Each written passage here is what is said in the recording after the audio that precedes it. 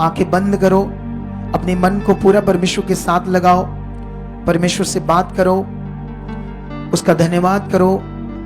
धन्यवाद धन्यवाद परमेश्वर, ये तेरे लोग है खुदावन, इन पर तेरी दया हो, इन पर तेरी दृष्टि प्रकट हो। परमेश्वर इनके मनों को खोल, इनके मन की आंखें खोल, तुम्हें समझ पाए, तुम्हें जान पाए, तेरी इच्छा में चल पाए। ये तब तक नहीं होगा जब तक तेरी दया नहीं होगी, तब तक नहीं होगा जब तक मन की आंखें नहीं खुलेगी। इसलिए खुदावंद मैं भी मांगता हूं, प्रार्थना करता हूं, परमेश्वर पवित्र आत्मा एक एक के अंदर काम कीजिए, खुल जाए इनके मन की आंखें। हर नेगेटिविटी, हर दुष्ट की जुक्ति, हर रुकावट, हर शैतानी एक अजीब सा बंधन सा जो इनके जीवन के ऊपर टूट जाए यीशु मसीह के नाम से, हट जाए हर रुकावट यीशु मसीह के नाम। खुदा मैं तेरे लोगों को ब्लेस करता हूं, तूने मुझे ये अपॉइंट किया है कि मैं तेरे लोगों को आशीष दूं, ब्लेस करूं, क्योंकि प्रभु यीशु आपने कहा था जिसे आप बरकत दोगे वो बरकत पाएगा। मैं इन लोगों को तेरी और से बरकत मांगता हूं, ये बरकत पाए, इस विषय की बरकत पाएंगे, ये तेरे साथ चले, इस विषय की बरकत पाए कि इनकी मन की आंखें खुल जाए, इस विषय की बरकत पाए कि इनकी बुद्धि समझ में तेरे साथ चलने वाला मन आ जाए। ऐसा आप यीशु मसीह के नाम से कर चुके हो। आमीन, हालेलुया। परमेश्वर ने मुझे प्रकाशन दिया था उन वचनों का, जैसे वहां पर उन लोगों ने यहोशू को कहा था, इजराइलियों ने, कि जैसे हम मूसा की बात को मानते थे, हम तेरी भी बात को मानेंगे, जैसे तू कहेगा वैसे हम करेंगे। यहोशू को कहा बस इतना हो कि जैसे मूसा के संग रहकर परमेश्वर काम करता था, सेम वो तेरे संग भी रहकर क्या करे, काम करे, जैसे तू कहेगा हम वैसे करेंगे।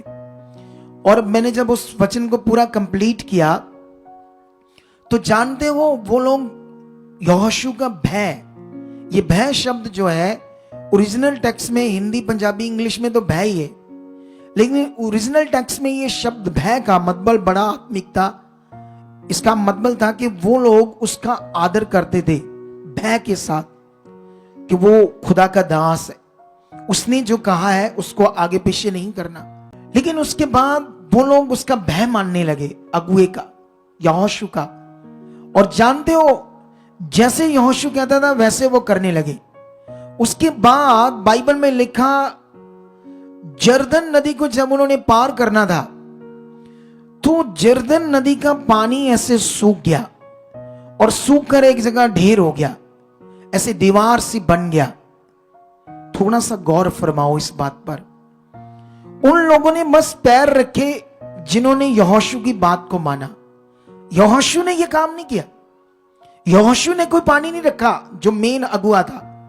पैर रखे दूसरे लोगों ने जिन्होंने ये कहा था जैसे मूसा के संग परमेश्वर रहता था, तेरे संग भी रहे, जैसे तू कहेगा वैसे हम तेरी बात को मानेंगे।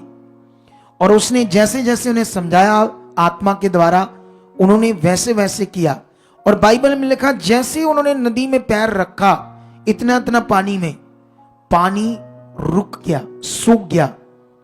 इस बात को कभी सोचना, हम सिर्फ सुनते हैं, गौर कम देते हैं। ये कैसे हुआ? कितनी ताकत है हमारे खुदा में, कितना सामर्थ्य है। क्या ऐसा ज्ञान दुनिया में कभी सुना आपने? ये बाइबल में आपको मिलता है, खुदा की ताकत के काम। जब ये ताकत के काम, जब इतने पावरफुल काम आपके दिल में, दिमाग में, तब तुम परमेश्वर का भय रखोगे, उस पर ध्यान रखोगे। वो मुझे देख रहा है, उसने मुझे खड़ा किया है, उसने मुझे चुना है। प्रॉब्लम यह है कि जब आप दुष्ट को मौका देते हो तो दुष्ट आपकी बुद्धि को ऐसा कर देता है शरीर में, तुम्हें बिल्कुल भी नहीं समझ आ रही होती तुम ठीक क्या कर रहे हो और रॉन्ग क्या कर रहे हो। मेरा ये बड़ा जबरदस्त एक्सपीरियंस हो चुका है लोगों के साथ मिलकर, समझकर। जब शैतान लोगों की बुद्धि में काम करता है, वो हमेशा गलत चीज करते हैं और उन्हें लगता हम ठीक कर रहे हैं, उन्हें लगता हम सही कर रहे हैं, लेकिन सही नहीं होता, वो गलत होता है। परमेश्वर के विरोध में होता है। आज मैं यही पॉइंट तुम्हें समझाऊंगा। उनके लिए पानी क्यों रुक गया? क्योंकि उन्होंने बात को माना, इसीलिए रास्ता खुल गया। उसके बाद जब परमेश्वर ने उन्हें यरीहो देश देना था तो इतनी बड़ी दीवार थी, सोच लो कि 30 फुट चौड़ी। हमारी दीवार कितनी होती है? आपके घर में 4 इंची दीवार होगी, कोई 9 इंची होगी, इससे ऊपर कोई दीवार है आपके घर की? चौड़ी दीवार कितनी है आपकी ज्यादा से ज्यादा? आजकल तो महंगाई इतनी है, लोग 9 इंची से ऊपर कर ही नहीं सकते। सोच रहे हो या नहीं सोच रहे इस बात को? लेकिन मैं कह रहा हूं 9 इंची मतलब 1 फुट भी पूरी नहीं है, 3 इंच कम है। और जिस दीवार की बात परमेश्वर कर रहे थे, यरीहो की दीवार टूटनी थी, वो 30 फुट लगभग चौड़ी थी। कितनी? हालेलुया, 30 फुट लगभग चौड़ी। और परमेश्वर ने उन्हें सिर्फ कहा था क्या करना, ये टूट जाएगी। अब आपको भी परमेश्वर ने कहा कैसे जीवन मिलना है, कैसे बरकत आनी है, कैसे छुटकारा आना है, कैसे डिलीवरेंस होनी है। उन्होंने तो उसको कर लिया यहोशू की बात मानकर अच्छे से। लेकिन आज हम कई लोग कर नहीं पाते, कई लोग ध्यान नहीं दे पाते, कई लोग उस बात को जो परमेश्वर जिसमें हमारे लिए तगड़ा जीवन है उसको हम कर नहीं पाते। जो मनुष्य का तरीका होता है, यह तरीका आत्मा का है, और आत्मा का तरीका शारीरिक मनुष्य को इतना पसंद नहीं है, ना उसकी समझ में अच्छे से बैठता है। इसी बात पर आपको ध्यान देना कि इस समय पवित्र आत्मा का प्रबंध है, वो हमारा सहायक है, उसी से आपको जीवन मिलना है। पवित्र आत्मा का आपके मन में, सोच में, समझ में काम करेगा। वो पवित्र आत्मा का काम है आपके मन में काम करना। यीशु मसीह ने पहले से सिखा दिया था, वो आत्मा तुम्हें सब बातें याद कराएगा। याद तुम्हारी सेंस में क्या करना, तुम्हें सेंस देगा आत्मा, क्योंकि जो हमारी सेंस है वो शारीरिक है। इसीलिए बाइबल में लिखा शारीरिक व्यक्ति परमेश्वर की आत्माओं को आत्मा की बातों को ग्रहण नहीं करते। मुझे याद है जब मैंने लोगों को वो शरीर की चीजें, मटीरियलिस्ट छोड़ने के लिए कहा, लोगों ने चर्च छोड़ दी, मुझे छोड़ दिया। सोचने वाली बात है ना। ये नहीं सीखा। ये वही हिसाब होगा जैसे यीशु ने उन्हें आत्मिक वचन दिया कि मैं स्वर्ग से उतरी हुई रोटी हूं, जो मेरी देह और मेरे लहू को पीता उसमें जीवन है। वो समझ सकते थे बैठकर यीशु से कि देखो आप तो मनुष्य हो, आप तो देह में हो, आप एक नबी हो या जो भी वो समझते थे उसे, भविष्यवक्ता। बताओ आपकी देह को कैसे खाएंगे, तेरे लहू को कैसे पीएंगे, इस बात का मतलब क्या? ऐसे उन्होंने नहीं पूछा, और ना पूछा शरीर में, और यीशु को छोड़कर चले गए और नाश हो गई। उन लोगों ने मुझसे ये नहीं पूछा कि आप क्यों बंद कर रहे हो ये मटीरियल, अब बताओ हमें, हम जानना चाहते। हम नहीं रुकेंगे। ऐसा है शरीर का जीवन, बड़ा खतरनाक है। बाइबल में लिखा शरीर पर मन लगाना मृत्यु है, आत्मा पर मन लगाना जीवन और शांति है।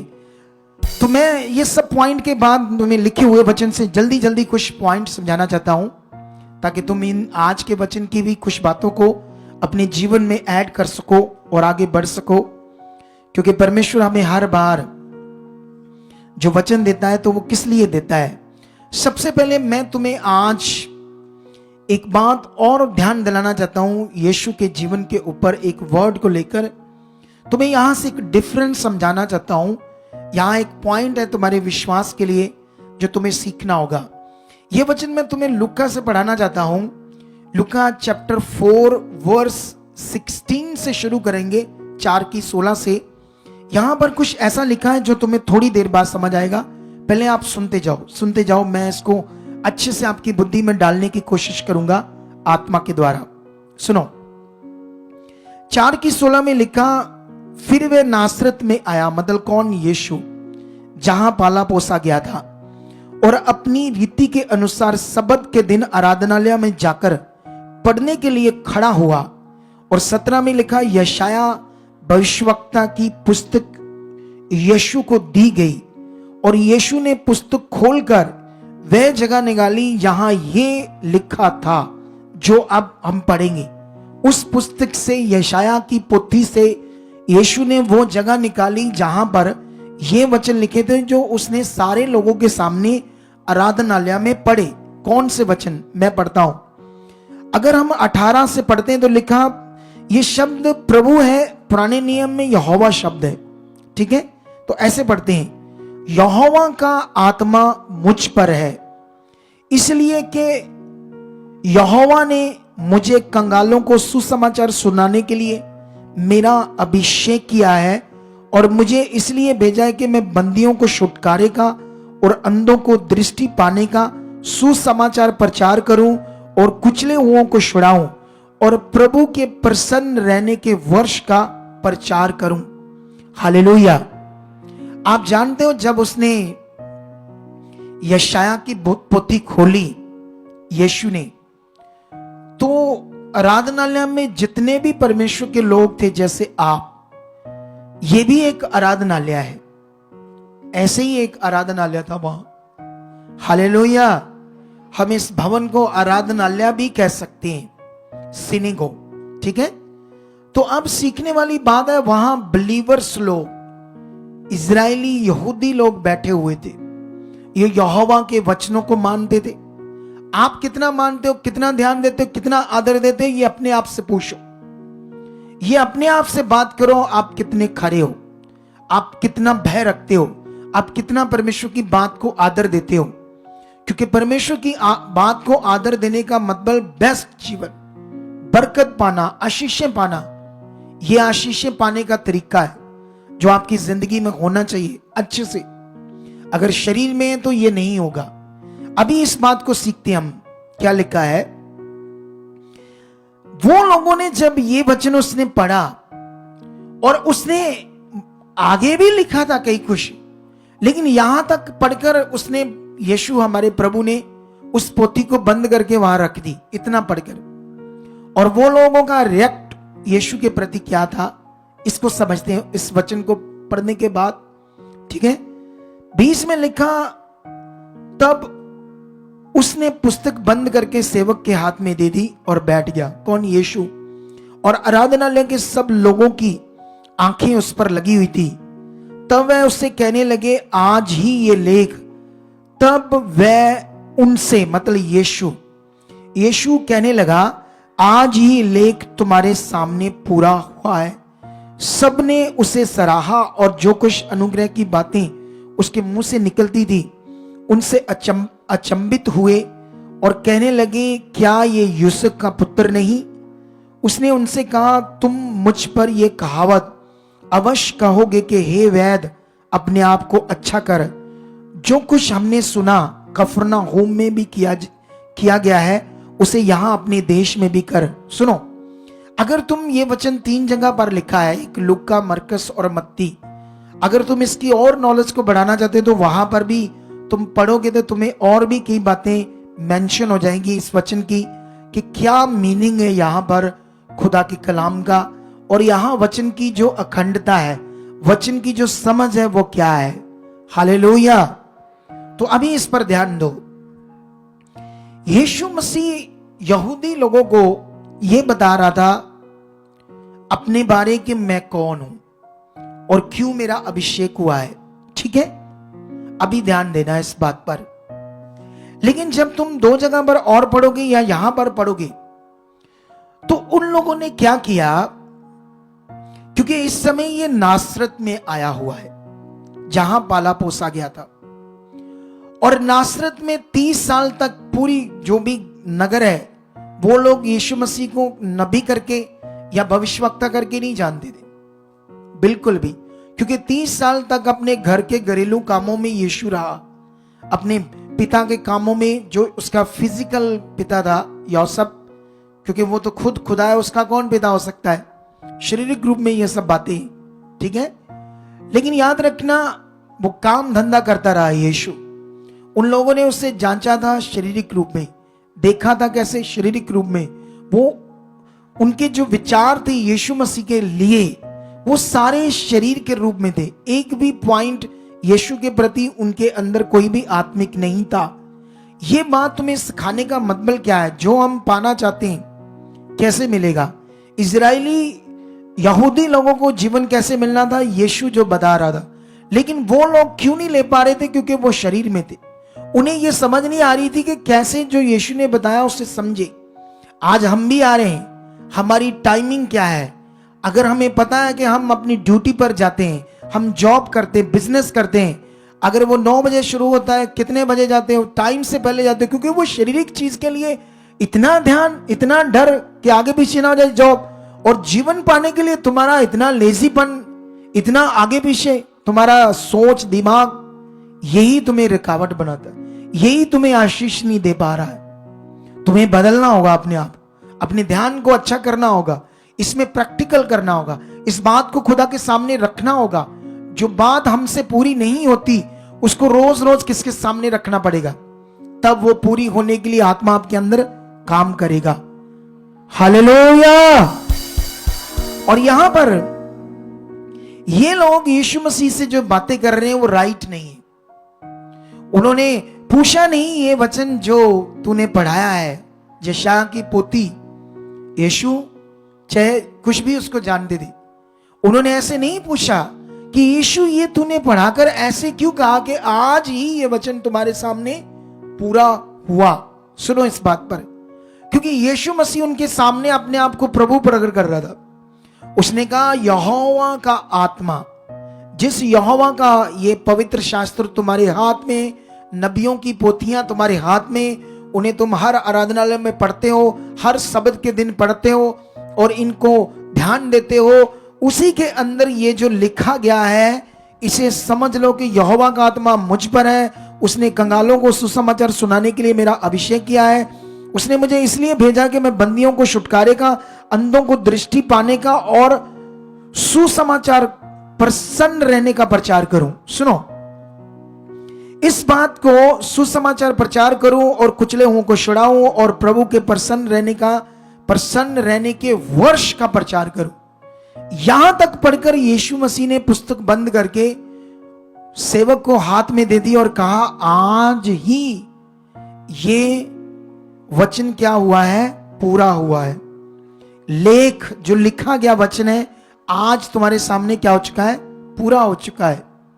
और जानते वो लोगों ने यीशु को, उसके वचन को नहीं समझा, ध्यान नहीं दिया यीशु क्या बात कर रही। उन्होंने उससे यह कहा कि हमने सुना तो कफरनहूम में लकवे के रोगी को, लंगड़े को, अंधे को, गूंगे को चंगा कर दिया है। क्या तूने ऐसा किया है? तो यहां करके दिखा, अपने नगर में करके दिखा। हालेलुया।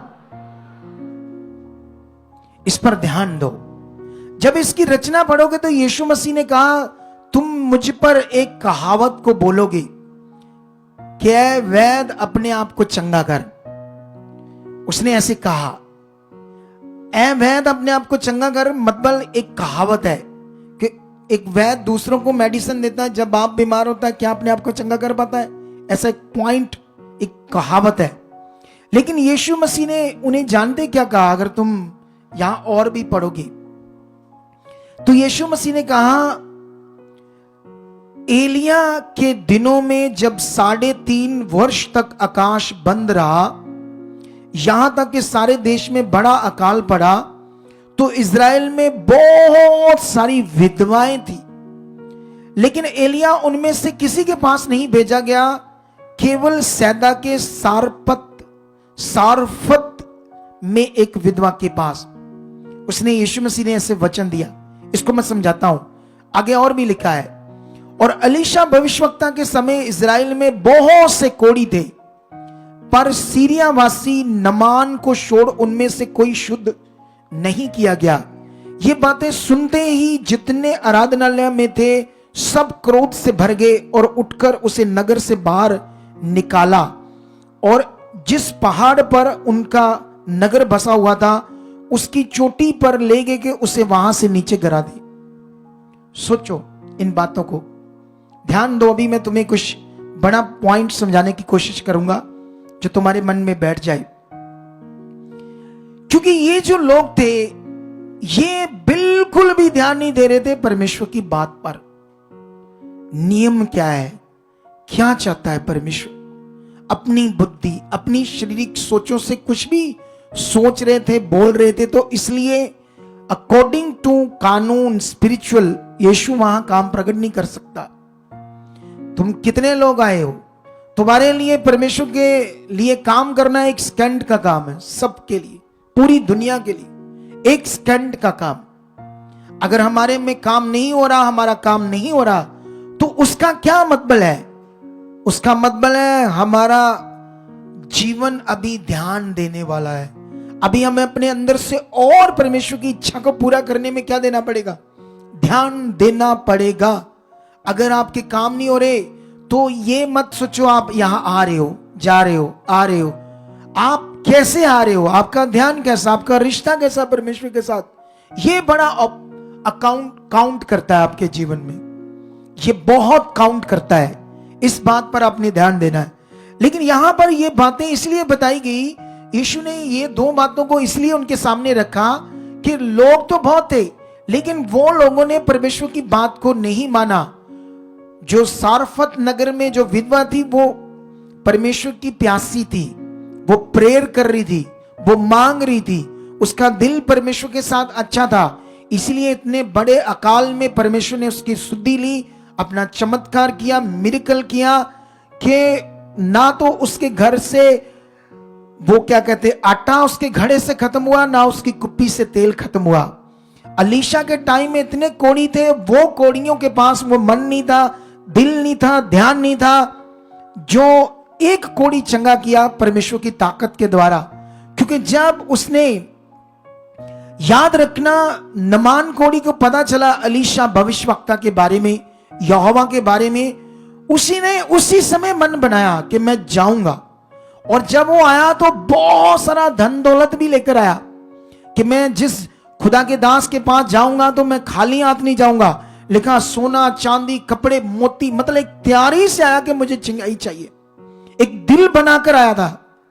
लेकिन जो दूसरे थे वो भी जानते थे अलीशा के बारे में, लेकिन उनके पास वो दिल दिमाग मन नहीं था, इसीलिए वो चंगाई नहीं पा पाए। चंगाई सबके लिए, यीशु की कुर्बानी सबके लिए हुई है, उसकी दया सबके लिए हुई है, लेकिन जो हम पाना चाहते हैं वो मिलता कैसे, ये आज हम सीख रहे। इस पर आपने ध्यान देना है। अगर मैं इस पर और भी गहरा आपको समझाऊं तो इस बात को मैं तुम्हें यशाया की पुस्तक में लेकर जाना चाहता हूं।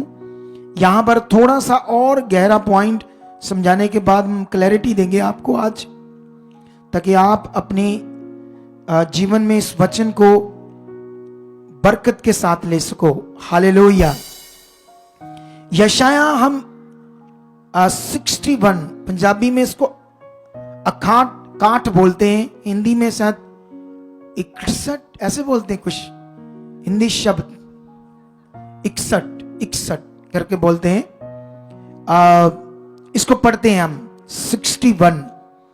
देखो क्या लिखा है, प्रभु यहोवा का आत्मा मुझ पर है, क्योंकि यहोवा ने सुसमाचार सुनाने के लिए मेरा अभिषेक किया और मुझे इसलिए भेजा कि खेदित मन वाले लोगों को शांति दूं और बंदियों के लिए स्वतंत्रता का और कैदियों के लिए छुटकारे का प्रचार करूं, कि यहोवा के प्रसन्न रहने के वर्ष का और हमारे परमेश्वर के पलटा लेने के दिन का प्रचार करूं।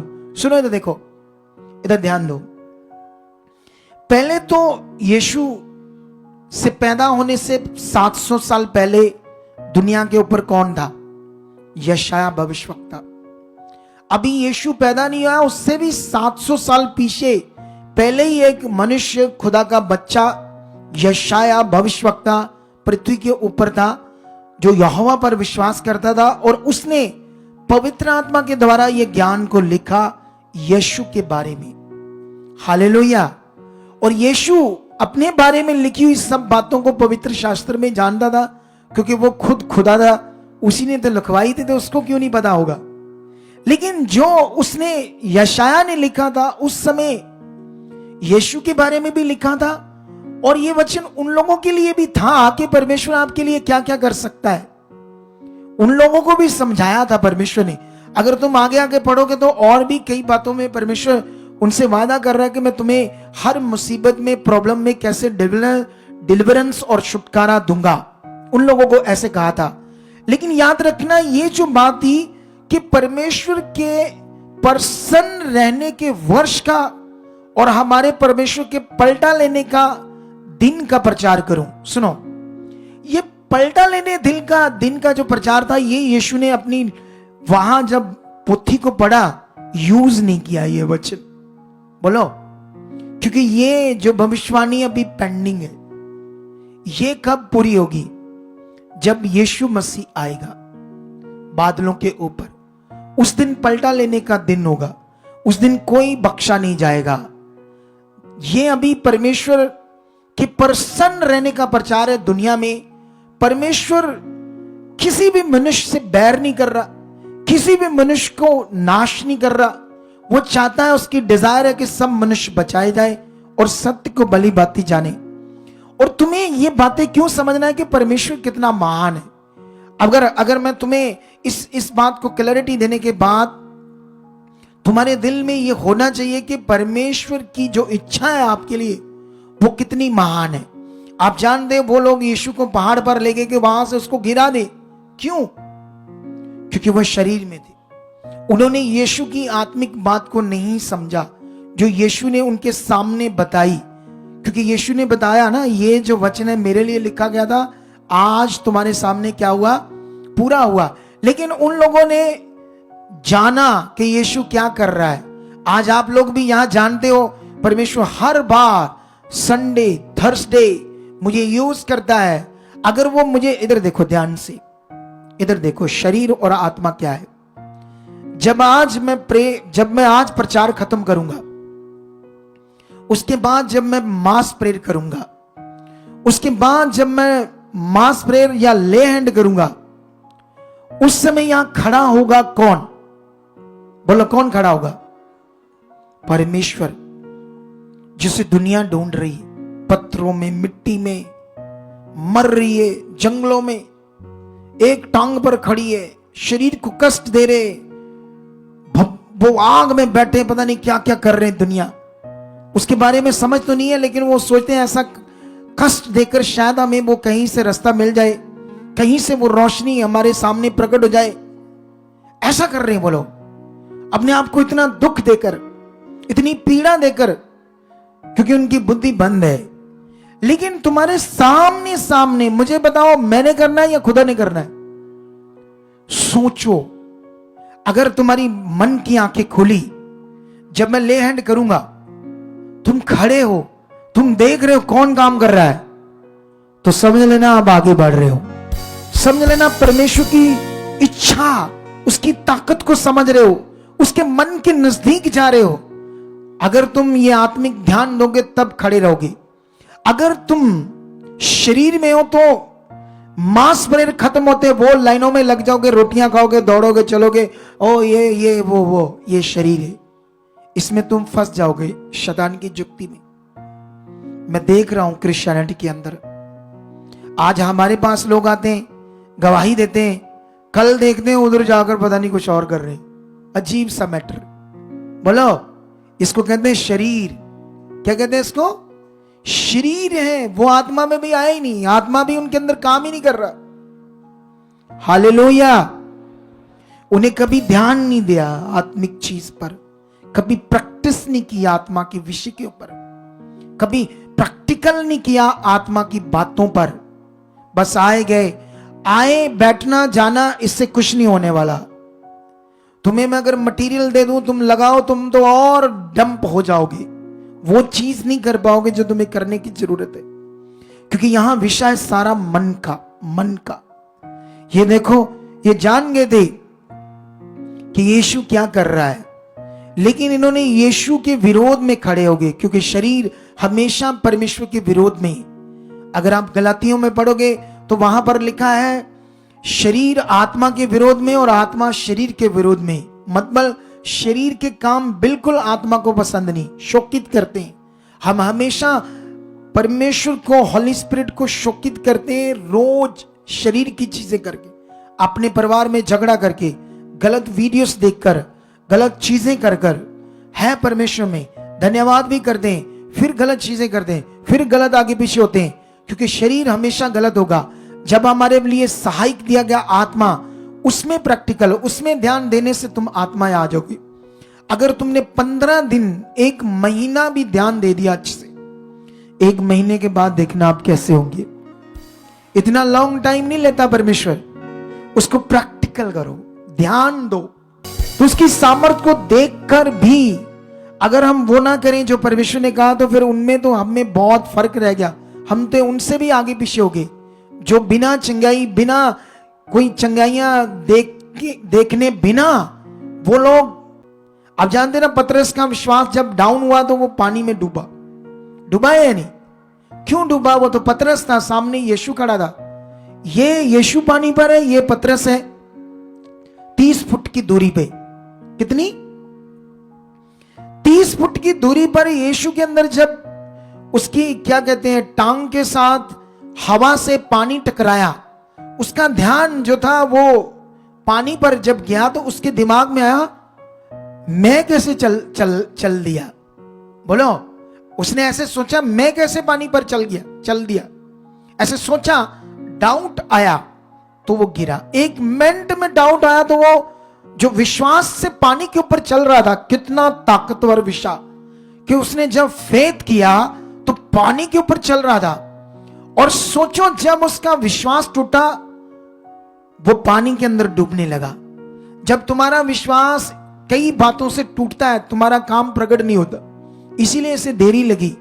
लेकिन वो कहता, जब मैं इसे छोड़ने आता था, मैं बैठ जाता था, जब खुदा का दास वर्ड देता था, वचन देता था, मैं कुछ कुछ बातों को ध्यान रखता था, और कुछ कुछ बातों को लेकर मैं ऐसे प्रार्थना करता था या परमेश्वर के सामने रखता था कि परमेश्वर मुझे आजाद कर दे, ये सही नहीं है। कई बातों को मैं पॉजिटिव अंगीकार करने लगा यहां सुनकर। ये बड़ा विषय है। अगर वो ना बैठता, ना बात, क्योंकि सुनो क्या होता है, क्योंकि जिसने, अगर वो नहीं छोड़ना चाहता, नशा नहीं छोड़ना चाहता, ठीक है, वो हमेशा उसका दिमाग है कि मैं घर छोड़ दूं, बच्चे छोड़ दूं, दुनिया छोड़ दूं, पर नशा नहीं छोड़ूंगा, ऐसे तगड़ा उसका दिमाग है। तो उसके लिए फिर उसकी पत्नी को और तगड़ा विश्वास चाहिए, फिर शायद उसे छुड़ा सकती है। लेकिन होता क्या, हालात के कारण वो तगड़ा विश्वास बन नहीं पाता, टूटता रहता, आगे पीछे होता रहता है। लेकिन याद रखना, जब सुनो, ये विषय मन का है। मैं बताता हूं आपको आज, उद्धार बड़ा है या चंगाई? सुनो, जब आपको उद्धार मिलना है, क्या मिलना है आपको? उद्धार। क्या करना पड़ेगा उद्धार के लिए? बताओ मुझे, एक जन बताओ आगे आकर। एक बहनों में से आओ, एक भाइयों में से आओ, फटाफट से आगे। उद्धार के लिए क्या करना पड़ेगा? अरे गलत बोलो, सही बोलो, जो भी बोलो, बोलने की चाहत रखो, तब तुम आगे बढ़ोगे। उद्धार के लिए क्या करना पड़ेगा? मन से विश्वास। मन से विश्वास। क्या करना पड़ेगा? यीशु को अपना प्रभु मानना और मन से विश्वास करना। हाँ, सोचो, चिंगाई तो छोटी सी चीज है, ये तो तांत्रिक बाबा भी कई लोगों को हील कर देते। बोलो, तुम्हें पता है नेकी हीलिंग, रेकी हीलिंग होती है। रेकी हीलिंग होती है। हीलिंग बहुत सारे तरीकों से संसार में भी हो रही है। नेगेटिविटी के द्वारा, दुष्ट आत्माओं के द्वारा भी हीलिंग होती है। सुनो ध्यान से। लेकिन जो उद्धार है वो दुनिया में कोई नहीं दे सकता। और वो उद्धार क्या चीज है? वो आपके मन की चीज है, मन की चीज। हालेलुया। जब इतना बड़ा विषय, उद्धार सबसे इस दुनिया में बड़ा विषय है मनुष्य के लिए, वो आपके मुंह से अंगीकार करके कि यीशु ही मेरा प्रभु है, और मन से विश्वास करने के द्वारा आपका उद्धार है, इतनी बड़ी चीज। तो चंगाई क्या है उसके सामने? जो तुम कपड़ा, ऐसी चीज, मटेरियल, दूसरी तीसरी चीजों से पाना चाहते हो, आजकल तो ये ज्यादा बढ़ रहा है सिस्टम। अरे बाइबल को डीपली ध्यान दोगे तब तुम्हें समझ आएगी। हालेलुया। आप जानते हो, जब अलीशा और उसका चेला गेजी, इन दोनों का डिफरेंस चेक करो। जब अराम का राजा एक बड़ी सेना को भेजता है, क्योंकि वो दुखी था, अलीशा भविष्यवक्ता थे, भविष्यवक्ता से क्योंकि जितनी बार वो प्लान करता था इज़राइल पर जीत पाना या इनको खत्म करने के लिए, उतनी बार एलीशा भविष्यवक्ता आत्मा के द्वारा उसके प्लान अपने राजा को बताता था, और जिससे उसकी प्लान जुक्तियां फेल हो जाती थी। उसने एक बड़ी सेना को भेजा, वो क्या कहते हैं, वो जो भेद लेते हैं उनको भेदिए कहते हैं ना, भेदिए। उन्होंने चेक किया कहां है एलीशा। एक ही रात में, रातों रात एलीशा का जहां घर था पूरा नगर घेर लिया फौज रथों से। जब सुबह सुबह एलीशा का चेला उठा और उसने जब बाहर निकला घर से, एक बड़ी सेना को देखा, रथों पर देखा, शूरवीरों को देखा, तो जानते उस गेजी ने क्या बोला? वो ऊंची ऊंची चीखे मार मार के बोल रहा, हाय स्वामी, हाय स्वामी, आज खत्म कहानी तेरी मेरी। आज क्या हो जाएगी? कहानी खत्म हो जाएगी, ये टुकड़े टुकड़े कर देंगे हमारे। सुनो, और जैसे एलीशा बाहर आता है और बड़ी सेना को देखता है, और जानते क्या बोलता है? मत डर, ये कुछ भी नहीं है। हालेलुया।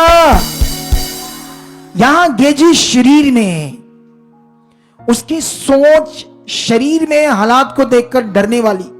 अभी वो आत्मा में नहीं आया, उसके अंदर वो मन का विषय, जो आत्मिक विषय है, वो बैठा नहीं अभी। इसीलिए इधर जब बिलीवर्स आते हैं छोटी छोटी बातों से डरते हैं, इसलिए हालात आते हैं यूं ऐसे करते हैं कई चीजों में। कई बार ऐसा हुआ कि कई बार ऐसे मैटर आए लोगों के, जब हालात आते हैं तो गुस्सा कर लिया, हमारी बात नहीं सुनी, ये हो गया वो हो गया, क्योंकि जो करना था वो किया नहीं। सुनो, ध्यान दो। और जानते एलीशा ने क्या कहा? एलीशा ने गेजी को कहा, ये कुछ भी नहीं है, क्योंकि जो हमारी ओर है वो इनसे बहुत अधिक है, सामर्थी है। सोच कर देखो, एलीशा के अंदर, उसके मन के अंदर परमेश्वर कैसे था, वो कैसे सामर्थी परमेश्वर को जानता था, उसके अंदर कैसी पहचान थी परमेश्वर की, वो परमेश्वर की ताकत के बारे में कितना जानकार था कि कैसे परमेश्वर अपनी सामर्थ्य से काम करेगा। वो भी एक मनुष्य था, वो भी इंसान था, लेकिन प्रैक्टिकल करते करते इतने बड़े विश्वास में आ चुका था। वो प्रैक्टिकल करते करते, क्योंकि ये प्रैक्टिकल आपके मन की चीज है, विश्वास आपके मन के अंदर होता है।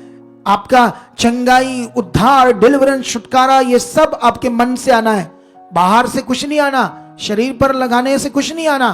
दुनियादारी में ऐसा ही कुछ हो रहा है। हम परमेश्वर के लोग हैं, हम ज्योति की संतान है, हम संसार से अब बुलाए गए, अंधकार में नहीं, अब संसार में नहीं है, हम ज्योति में। हमारे काम उनसे अलग है, जबरदस्त है, खास है।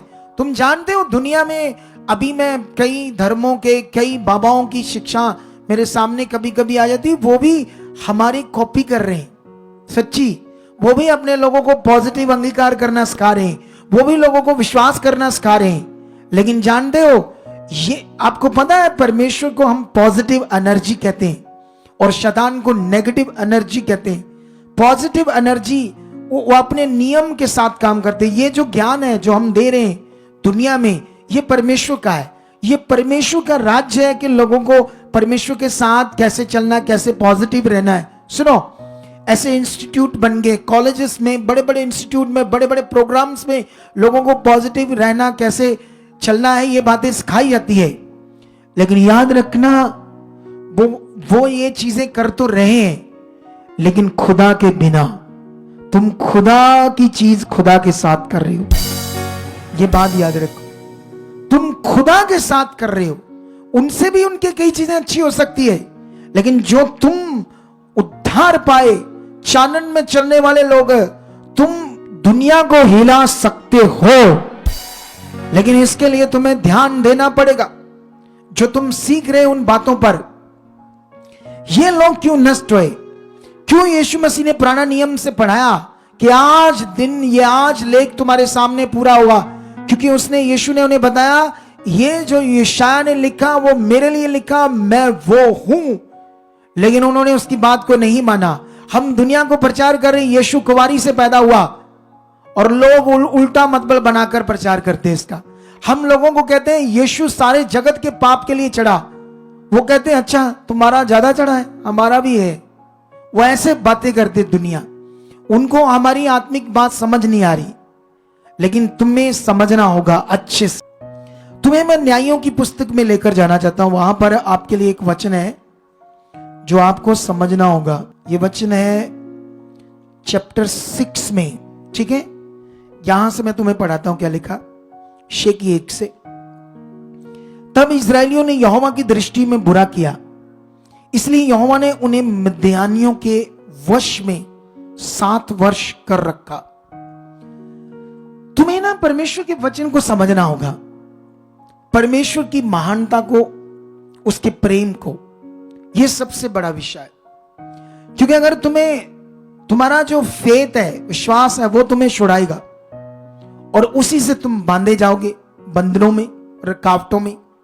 अगर तुम्हारा गलत विश्वास है, हालेलुया, तुम्हारा विश्वास राइट होना चाहिए, तुम्हारा परमेश्वर के साथ जो समझ है वो राइट होनी चाहिए। जब यहां से हम पढ़ते हैं कि इस्राएलियों ने यहोवा की दृष्टि में बुरा किया, तो इसलिए यहोवा ने उन्हें मद्यानियों के वश में 7 वर्ष कर दिया। सुनो कैसे लिखा है यहां पर लिखा है कि जब उस समय इस्राएलियों ने परमेश्वर की दृष्टि में बुरा करने लगे, गलत करने लगे, तो परमेश्वर ने अपने ही लोगों को दूसरी जातियों के वश में कर दिया, गुलामी में डाल दिया। किसने? परमेश्वर ने। क्या ऐसा परमेश्वर करता है? नहीं करता। लेकिन लिखा क्यों ऐसा? यही कॉन्टेक्स्ट तुम्हें समझना होगा। अगर तुम्हारा यही विश्वास है ऐसा जैसा लिखा है, तो तुम गलत विश्वास कर रहे हो परमेश्वर के ऊपर। जब तुम आग में हाथ डालोगे अपनी मर्जी से, तो हाथ को क्या होगा? जल जाएगा ना। कि परमेश्वर ने जला दिया, तुम्हारा पकड़कर हाथ डाल दिया उसमें है? किसने डाला आग में हाथ? जब तुम गलत करोगे, जब तुम गलत चलोगे, तो कौन काम करेगा? दुष्ट, नेगेटिविटी। जब तुम गलत चीजें करोगे, किसके वश में चले जाओगे? दुष्ट की गुलामी में। ऐसा अफिसियों में लिखा है। अफिसियों 2 का 1 या 2 पढ़ोगे तो वहां पर ऐसे लिखा, तुम अपने अपराधों और पापों में मरे हुए थे, तुम्हें यीशु मसीह के साथ क्या किया गया? जिंदा किया गया। जब तुम अपने पाप और अपराध में मरे हुए थे। लेकिन बाइबल में लिखा, जो अब भी आज्ञा ना मानने वालों में, जब तुम वहां पर एक वचन पढ़ोगे, मैं पढ़ाना चाहता हूं यहां पर अफिसियों में 2 में ऐसे लिखा है, जिनमें तुम पहले संसार की रीति पर और आकाश के अधिकार के हाकिम अर्थात उस आत्मा के अनुसार चलते थे, जो अब भी आज्ञा ना मानने वालों में कार्य करता है। बाइबल में लिखा, जब हम परमेश्वर को नहीं जानते थे, यीशु मसीह को नहीं जानते थे, तो शैतान के वश में थे, उसकी इच्छा पूरी करते थे, वो हमारी जिंदगी पर राज्य करता था। लेकिन तुम मरे हुए थे, इसलिए तुम्हारा मरा हुआ पाप के द्वारा जीवन था। लेकिन यीशु ने तुम्हें आकर छुड़ाया और एक नया जन्म दिया, छुड़ा लिया पाप, शैतान, गुलामी से। लेकिन अब भी, पहले तो तुम उस दुष्ट की इच्छा में चलते थे, वो तुम्हारी जिंदगी में काम करता था। लेकिन अब भी आज्ञा ना मानने वालों में दुष्ट क्या करता है? काम करता है। ये खुदा ने जितनी पुराने नियम की बातें हैं, उन्हें नए नियम में पूरी तरह से परमेश्वर ने डिक्लेरेशन दिया, या उसका सही मतलब बताया, सही वाला, कि क्या पुराने नियम का जो मीनिंग था नए नियम में उसने प्रकट किया। हालेलुया। पुराने नियम, मेरे पास अभी इतना टाइम नहीं कि तुम्हें ये गाइड कर सकूं, लेकिन फिर भी ये बात रखना, पुराने नियम में परमेश्वर ने, शैतान ने जो कुछ खुदा के साथ, खुदा के लोगों के साथ बड़ा बुरा किया, उस बातों को भी परमेश्वर ने अपने ऊपर लेकर बात की। इसीलिए तुम्हें पुराने नियम में शैतान ढूंढने में मिलेगा नहीं, 2-3 जगह पर मिलेगा नॉर्मली तरीके से। उसका कोई ज्ञान नबियों को बताया ही नहीं परमेश्वर ने शैतान का। पुराने नियम में पढ़कर देख लो, वहां उसे गुप्त रखा गया। इसका बड़ा विषय था। अगर लोगों को पता चल जाता शैतान कुछ चीज है, तो आज वो उसको अपना भगवान मानते, परमेश्वर मानते।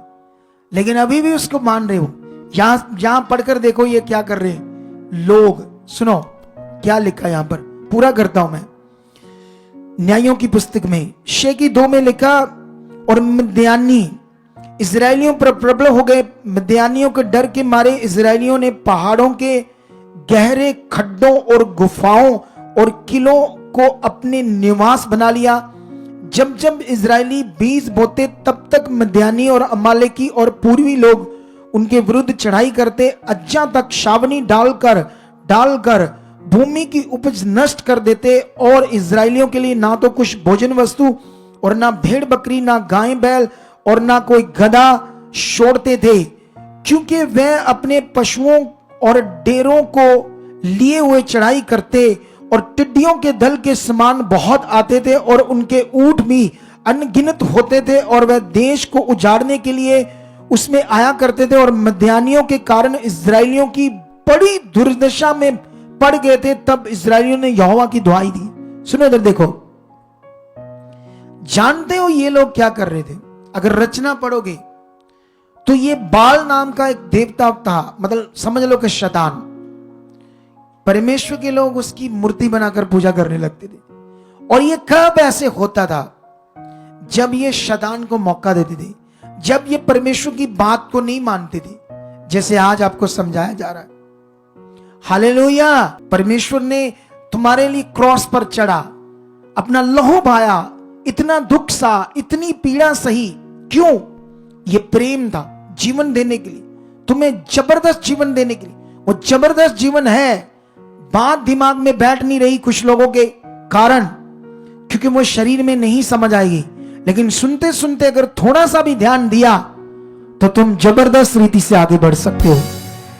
लेकिन मैं तुम्हें बताना चाहता हूं, परमेश्वर ने एक गिदोन नाम के व्यक्ति को चुना और उसको एक दर्शन दिया। स्वर्गदूत ने उसे बताया कि परमेश्वर तुम्हें हे शूरवीर अपने लोगों के लिए यूज करना चाहता है।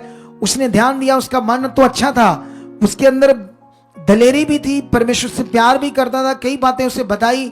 फिर उसने उसी रीति से काम किया और अपने लोगों को छुड़ाने का जतन करना स्टार्ट किया। परमेश्वर उसके साथ खड़ा था। फिर जो मैं मेन चीज तुम्हें समझाना चाहता हूं वो ये है, एक वचन से गिदोन के करैक्टर से याद रखना। ये थोड़ा सा लंबा है, अगर मैं थोड़ा सा तुम्हें समझाने की कोशिश करूंगा तो 7:1 से थोड़ा सा पढ़ाकर मैं तुम्हें बताता हूं क्या वचन है। यहां पर लिखा, तब गिदोन जो जुरबुआल भी कहलाता है और सब लोग जो उसके संग थे सवेरे उठे और हिरोद नामक सोते के पास अपने डेरे खड़े किए, और मिद्यानियों की छावनी उनकी उत्तरी और मोरे नामक पहाड़ी के पास तराई में पड़ी थी। तब यहोवा ने गिदोन से कहा, जो लोग तेरे संग हैं वह इतने हैं कि वह मिद्यानियों को उनके हाथ नहीं कर सकता, नहीं तो इजराइल ये कहकर मेरे विरुद्ध बढ़ाई मारने लगेगा कि हमने अपनी ही भुजबल के द्वारा बचे हैं। सुनो दे, देखो यहां मैटर क्या है। बहुत सारे मिद्यानी और मोरी लोग चढ़ाई कर चुके थे इजराइलियों को नष्ट करने के लिए, ठीक है। लेकिन इस समय गिदोन उनका लीडर बन चुका था। इसने भी जब बहुत सारे लोगों को बताया, बहुत सारे लोगों को, तो वो भी खड़े हो गए इसकी दलेरी देखकर। जब खड़े हो गए तो परमेश्वर ने कहा कि ये इतने ज्यादा है गिनती में, अगर तुम नीचे से पढ़ोगे तो बहुत थे। और परमेश्वर ने गिदोन को बताया कि इनसे ऐसे बात कर, इनको बोलो कि जिनके दिल डर रहे हैं कि क्या होगा, लड़ाई में जाएंगे, मारे ना जाए, मेरे बच्चों का क्या होगा, परिवार में क्या होगा, तुम वापस जा सकते हो घरों में। तो हजारों की तादाद में चले गए। फिर परमेश्वर ने कहा अभी भी और है, कुछ लोगों को ऐसे बोल ये भी चले जाएं। और जानते हो फिर परमेश्वर ने क्या कहा उसे कि इन लोगों को ले जा नदी के किनारे और इन सबको बोलो पानी पियो, और जो पानी चपड़ चपड़ करके पिए, डिसिप्लिन से ना पिए, कुत्तों जैसे, है ना, जैसे कोई अनपढ़ गवार लोग होते वैसे पानी पिए, उनको अलग कर लेना। सोचो ये बात, परमेश्वर की ताकत बारे सोचो। अनपढ़ गवार जिनको नॉनसेंस कहते हैं, ना समझ कहते हैं, ऐसे लोगों को आप अलग कर लेना, मैं उन्हीं के द्वारा इज़राइल को जीत दूंगा। और सोच कर देखो वो कितने लोग थे। ऐसे लिखा, शे में लिखा, जिन्होंने मुंह में हाथ लगाकर चपड़ चपड़ करके पानी पिया, उनकी तो गिनती 300 ठहरी, और बाकी सब लोगों ने घुटने टेक कर पानी पिया। तब यहोवा ने गिदोन से कहा, इन 300 चपड़ चपड़ करके पीने वालों के द्वारा मैं तुमको छुड़ाऊंगा। हालेलुया। ये वर्ड हमें क्या बताता है आज?